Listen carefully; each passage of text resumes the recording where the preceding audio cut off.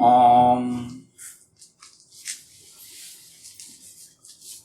ओम मानो बधाए हतनवे झीलानस्य रीढ़धः मा हणानस्य मन्यवे। मत उद्यत हो हमारे वध के लिए, हत्या के लिए, ना ही अनादर किए गए लज्जाग्रस्त के क्रोध के लिए। यह ऋग्वेद के प्रथम मंडल के 25वें सूक्त का ये दूसरा मंत्र लिया गया है। इस पूरे जो सूक्त हैं, सूक्त के जो ऋषि हैं वो भगवान शुनशेप अनिर्गति हैं। सूक्त में टोटल 21 मंत्र हैं, ये दूसरा मंत्र हम ले रहे हैं। इस मंत्र का जो देवता है और पूरे सूक्त का जो देवता है वह है वरुण, वर्ण किए जाने योग्य राज्य नायक। छंद जो है वह है गायत्री और जो स्वर है वह संपूर्ण सूक्त का है षड्ज। कंटिन्यूएशन में चीज चल रही है, राज्य नायक की विशेषता के बारे में बात चल रही थी। तो 24वें सूक्त के मंत्रों में भी इस बारे में बात किया गया और 25वां सूक्त तो पूरी तरह से राज्य नायक का है, वर्ण किए जाने योग्य राज्य नायक का। तो उसमें हम देखेंगे, एग्जैक्टली देखेंगे कि हम थोड़ा डिटेल में समझेंगे कि वर्ण किए जाने योग्य राज्य नायक क्या है और इस पर्टिकुलर मंत्र में क्या बताया गया। मत उद्यत हो हमारे वध के लिए, हत्या के लिए, ना ही अनादर किए गए लज्जाग्रस्त के क्रोध के लिए। मां रीरधः नः वधाए हतनवे मां जिहिलानस्य प्रणानस्य मन्यवे। यदि प्रतिदिन के दैनिक व्यवहार की लापरवाही पर जन सामान्य का वध, हत्या के लिए नियम बना दिए जाएंगे तो मानव जीवन यापन कठिन हो जाएगा। प्रशासन में इतनी सख्ती नहीं बरती जा सकती।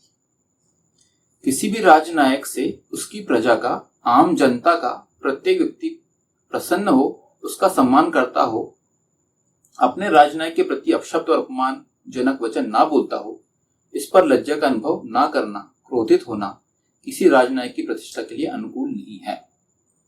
ये बताया जा रहा है कि अगर दैनिक व्यवहार में अगर कोई जन सामान्य अगर लापरवाही करता है तो उस पे आप उसको हत्या के लिए ऐसा नियम नहीं बना सकते, उसको आप मृत्युदंड वगैरह नहीं दे सकते।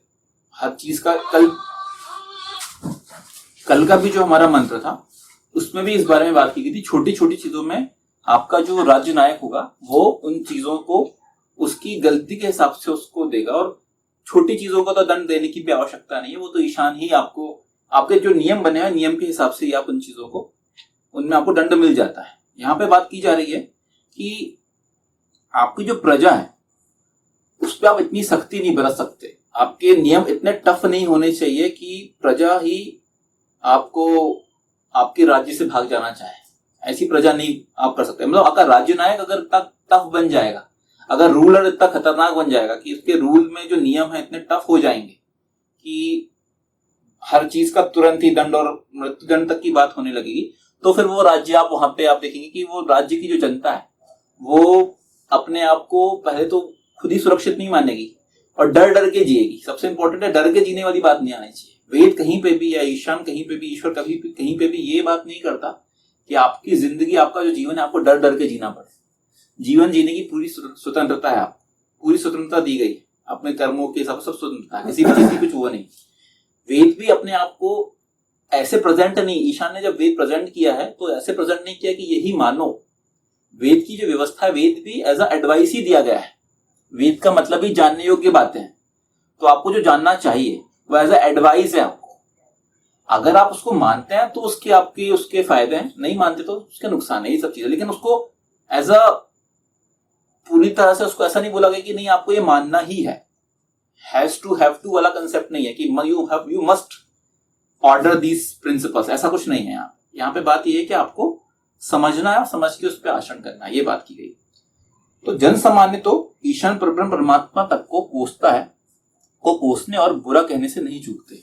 लोग तो भगवान को भी गाली दे देते हैं, लेकिन इसका मतलब ये नहीं होता कि आप उनको तुरंत ही दंड ऐसा इस तरीके से दंड देते, क्योंकि अब भगवान को गाली देने के बाद भगवान जब दंड तुरंत नहीं देता, भगवान कृष्ण ने दंड तुरंत नहीं दिए थे एक गाली पे, तो इंसान कौन होता है, राजनायक कौन होता है कि कुछ भी राजनायक को अगर किसी ने कुछ बोल दिया तो उसको आप तुरंत मृत्युदंड ऐसी बात कर लो।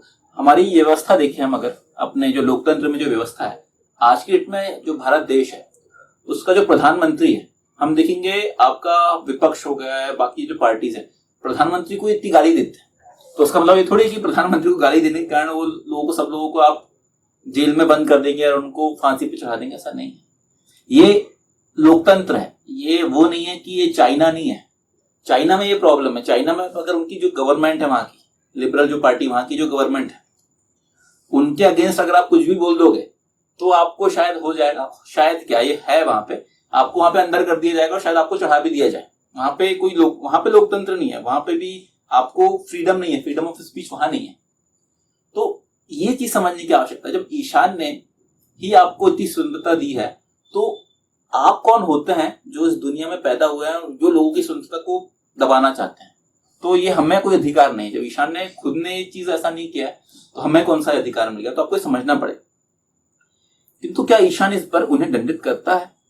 इसी प्रकार राज्य नायक को भी इन बातों पर उत्तेजित नहीं होना चाहिए। राज्य नायक अगर आपका इतना खतरनाक हो जाएगा कि जरा जरा सी बातों पे अगर वो गुस्सा करने वाला हो गया, उत्तेजित होने लगा, तो फिर वो राज्य नहीं चल सकता।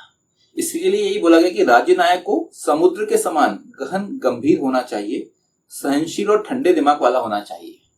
तुनक मिजाज और अधीर व्यक्ति अच्छा प्रशासक नहीं बन सकता। ये पूरा मंत्र में ये बताया गया है कि भाई साहब, अगर आपका राज्य नायक का दिमाग ठंडा, मतलब वो जो बिल्कुल ठंडा दिमाग वाला इंसान नहीं रहा, जरा जरा सी बातों में अगर गुस्सा वाला हो गया और इन बेसिस पे अगर वो खतरनाक तरीके से डिसीजन देने लग गए, तो फिर वो राज्य अच्छा प्रशासक भी नहीं बनेगा और राज्य भी नहीं चलने वाला। हमें समझना होगा, एक्चुअल में हमें समझने की आवश्यकता है कि एक अच्छा प्रशासक क्या होता है। जो पूरा का पूरा जो कंसेप्ट है, जो पूरा का पूरा जो सूक्त है, या पूरा का पूरा जो मंत्र लिए जा रहे हैं अभी, उसमें बात ये की जा रही है कि वर्ण किए जाने योग्य राज्य नायक की बात की जा रही है। तो हमें समझना होगा कि वर्ण किए जाने योग्य राज्य नायक होता क्या है क्या ये चीज।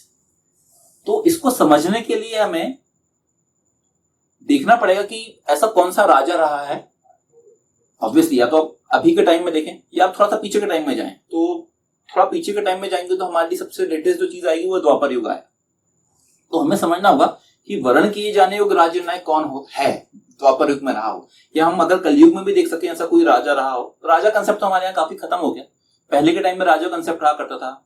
आपके शिवाजी वगैरह ऐसे राजा रहे हैं जिन्होंने बहुत अच्छा शासन किए। आपके जो हमारे महाराणा प्रताप रहे, मतलब काफी राजा हमारे यहाँ के भी रहे हैं जिन्होंने बहुत अच्छी तरीके से शासन किया है। लेकिन वही है कि हमें ये समझना पड़ेगा कि वो वर्ण किए जाने योग्य वरुण होना चाहिए, जिसको लोग जिससे कि प्रभावित हो सके, जिसको जो इंस्पायरिंग हो, जिससे हम समझ के उसको वर्ण कर सकें, उसको देख के उसकी तरह हम बनना चाहें। तो ऐसा कौन सा राजा रहा है जो वरुण हो? तो उसके लिए अगर हम जाएंगे, हमें सबसे अच्छा एग्जाम्पल देखने मिलेगा इसमें। हम देखेंगे द्वापर युग में भगवान श्री कृष्ण। भगवान श्री कृष्ण हैं जो कि जिसको आप बोल सकते हैं आप कि वरुण रहे, वरुण राज्य नायक रहे हैं। कैसे रहे हैं इसको हम थोड़ा अगर डिटेल में समझें तो हमें मालूम चलेगा कि जब भगवान कृष्ण राजा बने, भगवान कृष्ण राजा कब बने? भगवान कृष्ण ने जब वहां पे अपने मामा कंस का वध कर दिए थे। भगवान कृष्ण जब कंस की मुक्ति करवा दी, क्योंकि कंस से सब पूरी की पूरी वहां की प्रजा त्रस्त थी, सब लोग त्रस्त थे कंस के काम से। तो भगवान कृष्ण ने जब कंस का वध किए तो उसके बाद वहां पे ये हुआ कि आपके जो पूरा जो एरिया था, मतलब जो मथुरा वाला जो एरिया, मथुरा के भगवान कृष्ण, तो वो एरिया में भगवान कृष्ण वहां पे फिर राजा बन गए। मतलब उनको बोला गया कि भैया अब आप संभालो उस चीज को। तो ऑब्वियसली उन्होंने अपने भाई बलराम और जो अपने माता पिता थे जिन्होंने उनको अंदर जेल में बंद कर दिया था, तो उन लोगों को सबको बाहर निकाल के एक अच्छा शासन वहां पे चला रहे थे। 17 साल के थे भगवान श्री कृष्ण उस समय जब उन्होंने कंस का वध कर दिया था।